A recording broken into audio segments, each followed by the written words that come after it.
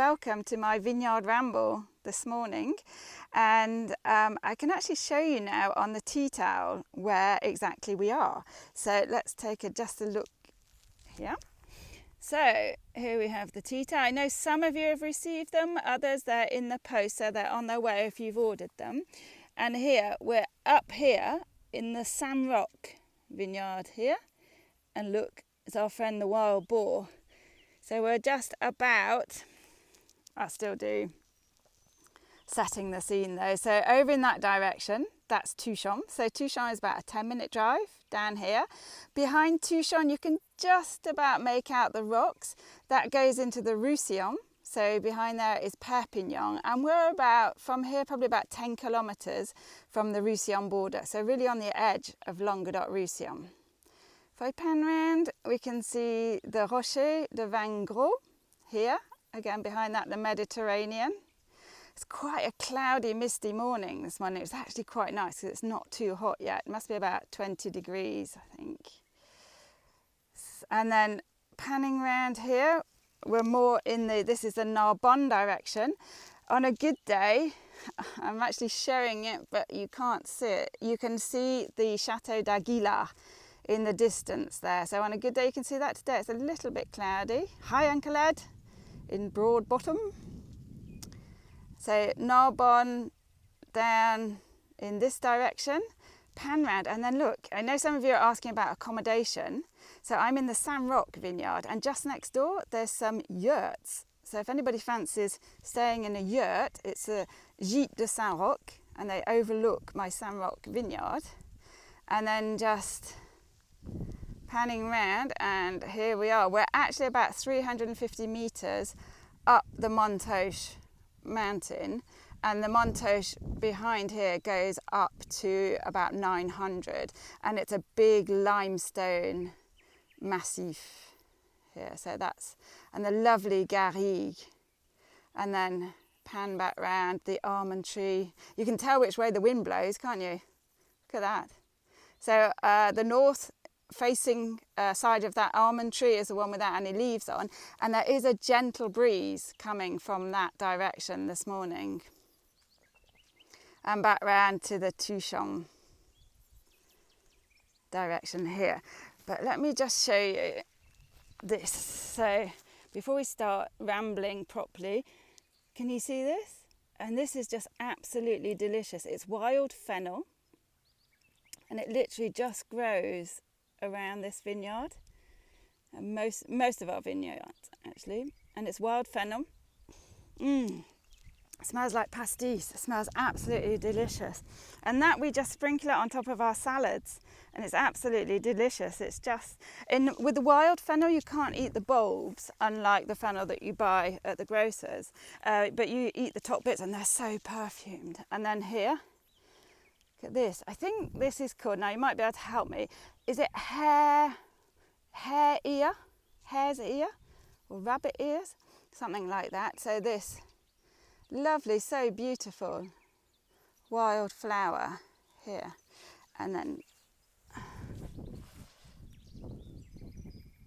and perhaps you can hear the birds as well. The birds are just absolutely, well, they're in full song this morning. I've heard a Bohemian waxwing, I've heard a woodpecker, I've heard a pigeon, and I've heard sparrows as well. So if anybody can pick anything else out, please let me know. So here, you saw on the tea towel, here, we saw on the tea towel the wild boar, and this vineyard is it's one of the favourites of the wild boars, and so we have to protect the vineyard with a wild boar fence just to stop them coming in. So here you can see we've got the permanent fence here, and then Sebastian's been up and he's been strimming down the side so that we can actually get the electric fence fitted up now. So we'll be doing that probably the end of this week or next week, getting the fence set up for the wild boars. But I particularly like this vineyard. This was the second vineyard that I bought. So I purchased this vineyard in 2010. So for those of you who know, Domaine Jones made up of 14 little tiny vineyards, and I purchased this one in 2010, and we made our first vintage of Fitou. So Domaine Jones Fitou came from this vineyard. Now, to make Fitou, you have to have a blend of grapes. So you have to have at least 3 grape varieties, carignan, grenache and syrah, planted in your vineyard. And what was so amazing about this vineyard was that it's only tiny, it's half a hectare, but it's actually got those 3 grape varieties. So here we're looking at the syrah, that's on the wires. So we've got the syrah here, and just over there we've got some co-planted grenache and carignan. So in just half a hectare, I had all of the grapes that you needed to be able to make Fitou. So you might be thinking, yeah, okay, well, but what is Fitou? So what is Fitou? Fitou is the local appellation wine. So Fitou is like the top wine in the normal triangle, pyramid of appellations, because it's actually an appellation contrôlée. So Fitou is the local appellation contrôlée. And Fitou is actually the name of a town. So the town of Fitou does exist. Most people think Fitou is a grape variety. It's not. It's actually the name of a town. So in 1948, the growers from here set out to get appellation status for their wine, because they thought that their wine was superior to what was being made at the time down on the flat plains. As you can see here, it's really slopes, it's very low yields as well, so they couldn't really be in competition to the high production down on the fertile plains towards Narbonne. So they went up to Paris and they asked if they could be given an appellation for their wine in order to distinguish it from the other higher production wines that were being made at the time. So they went up to Paris in 1948. They were actually after 2 appellations, because Fitou's sort of split into 2 very distinct areas. There's one down on the Mediterranean. So half of the appellation is on the Mediterranean and half of it is inland here in the lovely mountainous.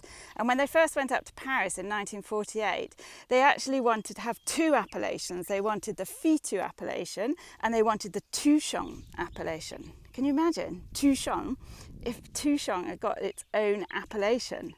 But anyway, they went up to Paris in 1948 and Paris just sort of went, pfft, well, yeah, you can have 1 appellation for your little southern French wine, but we're not going to give you 2.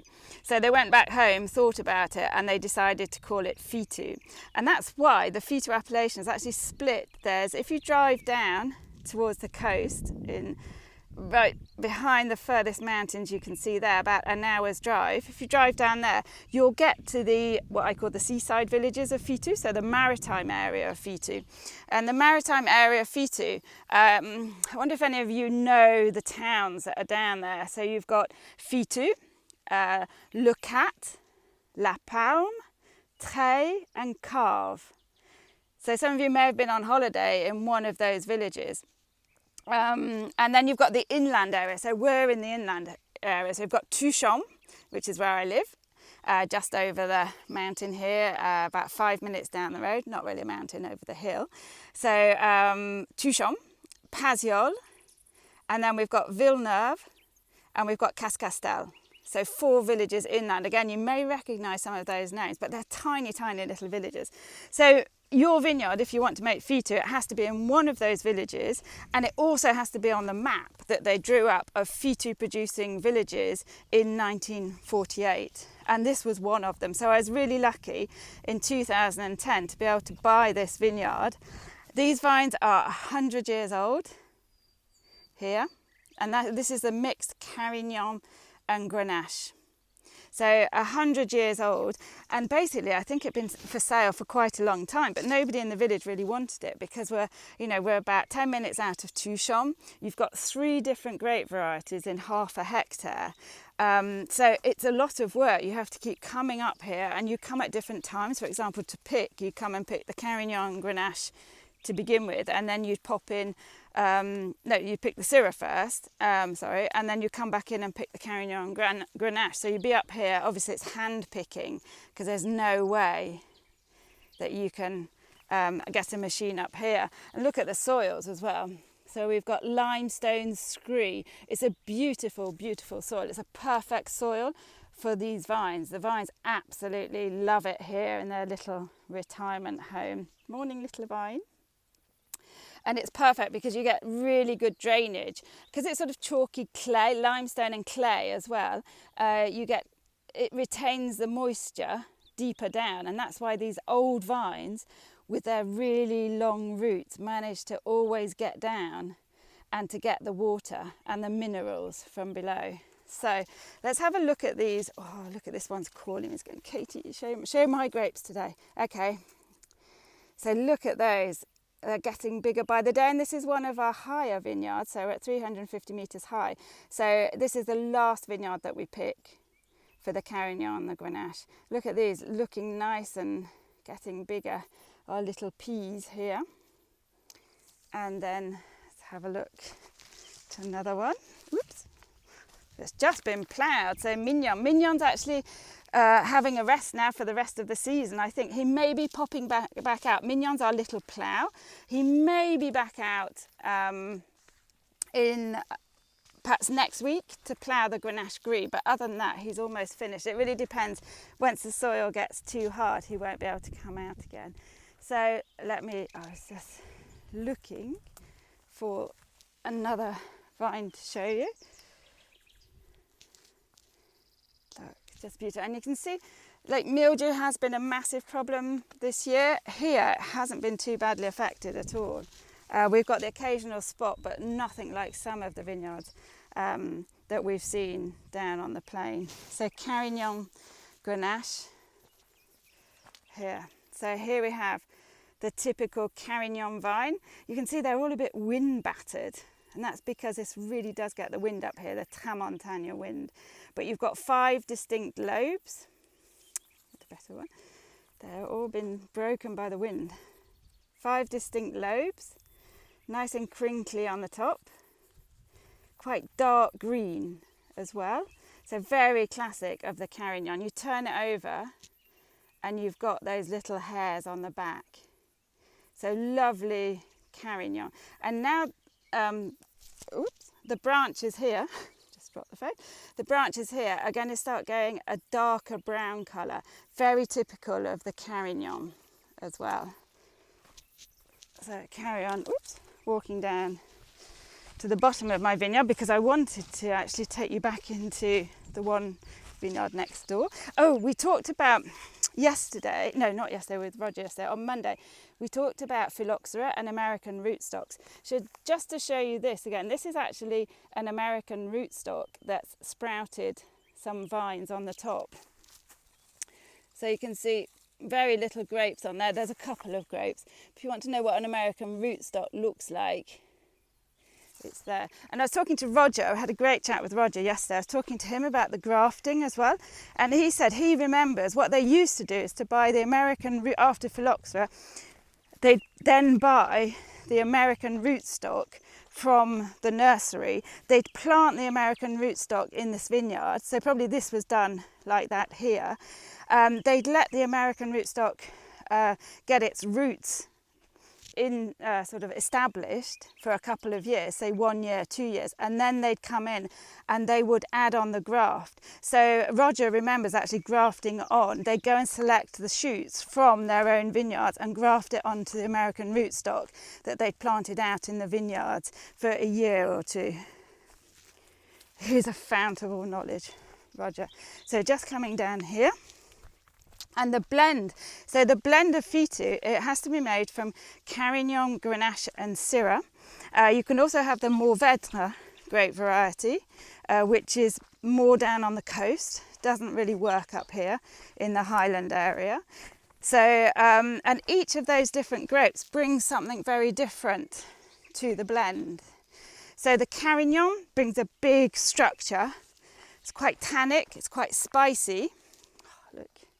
So the carignan will bring the structure. The grenache is lovely and silky, very fruity, but a lot less tannin. So that really complements the carignan. So the grenache, lovely, silky. Look at this lovely carignan here.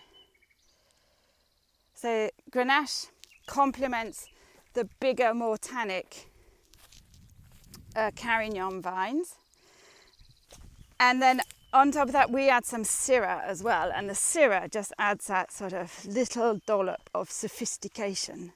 It's lovely, dark, black currant fruit. So that really adds sophistication. And then, so that's why I was bringing you into this vineyard here, because the following year, I then purchased this vineyard, which is another 1/2 hectare.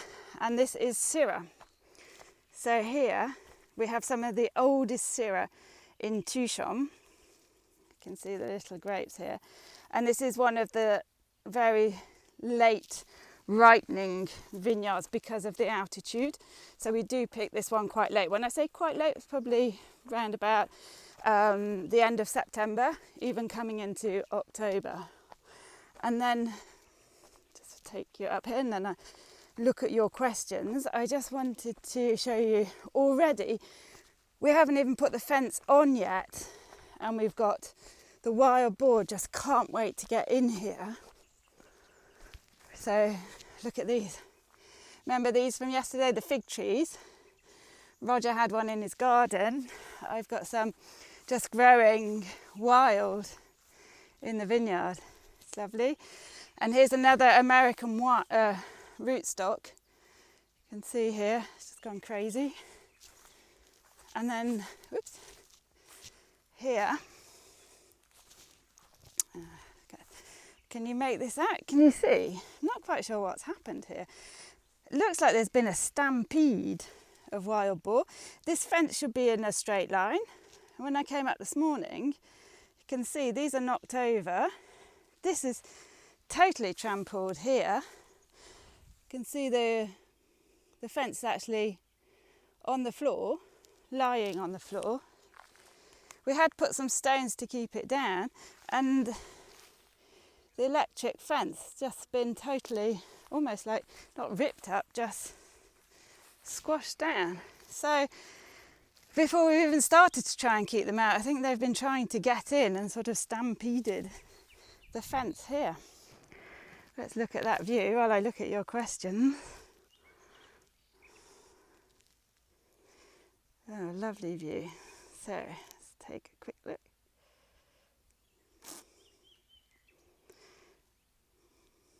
So Beth says, do I have a favourite blend in Fitou? There's so many options of what you can do within, because you can, oops, caught up in the fence, because you can use the carignan, grenache, syrah and mourvèdre. There's so many options. I do like to keep the carignan as the majority because I just love the carignan, especially from old vines. So I'd keep about 40% carignan to keep the lovely spice and to keep that differentiation. A lot of people love syrah. And in the Fitou appellation though, you're only allowed to put maximum 40% syrah in there, and that does protect the appellation from becoming too similar to other appellations. Hugh wants to know if we're going to repair the fence, or are you repairing the fence, or are the boars more of a problem? Well, answer to those is yes, both of those questions. We are going to repair the fence, and we're going to start getting the batteries out and putting the electric fences on to try and stop the wild boars coming in. As you can see, you know, when they want to get in, they'll do anything to get into a vineyard, so it's quite a struggle to keep them out.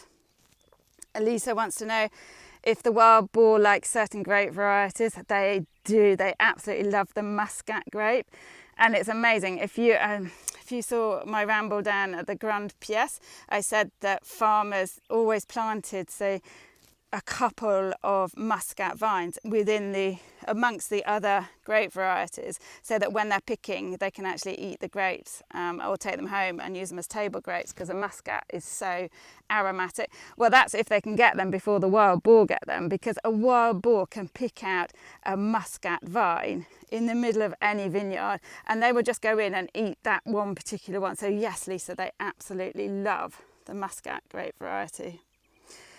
Paul wants to know the population of Tuchan. Around about 800 people. But it is the main town in what they call the canton. So it is the main town in this area. So we have 2 doctors, a dentist, we have 4 butchers, supermarket. Fortunately, we don't have that many restaurants. We do have some accommodation, and if anybody would like the accommodation, please direct message me, I'll let you know. And I was also thinking, if you think it's a good idea, I could go around and actually do a quick video of the accommodation that is available in Tuchan, so you can actually come with me and see and meet the people that are renting them out, just a quick view of them. So that's going to be hopefully next week. I'm going to do that. Dan's obviously getting very tempted now about buying a vineyard in this area. I can understand why. I mean, just look at it. So how often they do come up for sale, quite regularly. It really depends what style you want.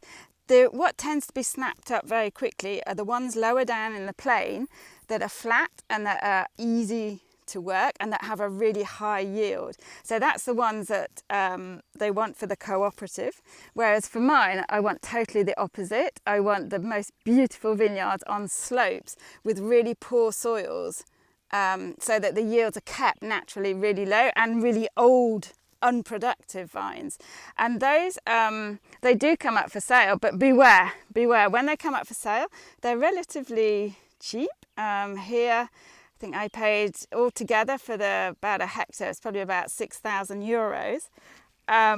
But then the hard work really starts. So the hard work and the expense, it's not actually in buying the vineyard, it's in actually the upkeep and the maintenance and just you'd have to move down here, Dan. Dan, do you fancy moving to Tuchan? Does anybody fancy moving to Tuchan? Owning a vineyard? You have to be here really to work. So you'd have to be down here to work the vineyards. And then just one final question from Pesto Pisto. Do you make your Fitou from just these vines at Roch?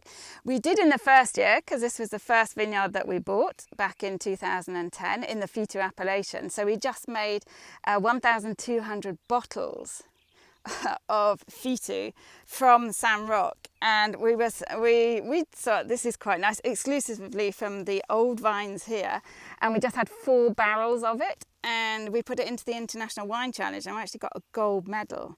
We couldn't believe it. We got a gold medal and a trophy for our first vintage of Fitou. And then from there we thought, okay, let's try and make more. So we bought more little tiny parcels to replicate the quality that we were getting from these old vines. And that's why today Domaine Jones is 14 tiny old vineyards. Basically we were trying to copy the quality of the wine that we got in that very first vintage from the Fitou. And when you buy old vines, you don't necessarily get it's all mixed up, as you've seen on these rambles, very much mixed up in the vineyards, and sometimes you get a parcel of, say, carignan gris, or a parcel of something, the hairy grenache. And then, so that's when we decided to do single varieties as well. But when we started, it was mainly in Tuchan was the Fitou appellation. We just wanted to prove that you could get a really special quality of Fitou. So thanks for that, Pesto Pisto.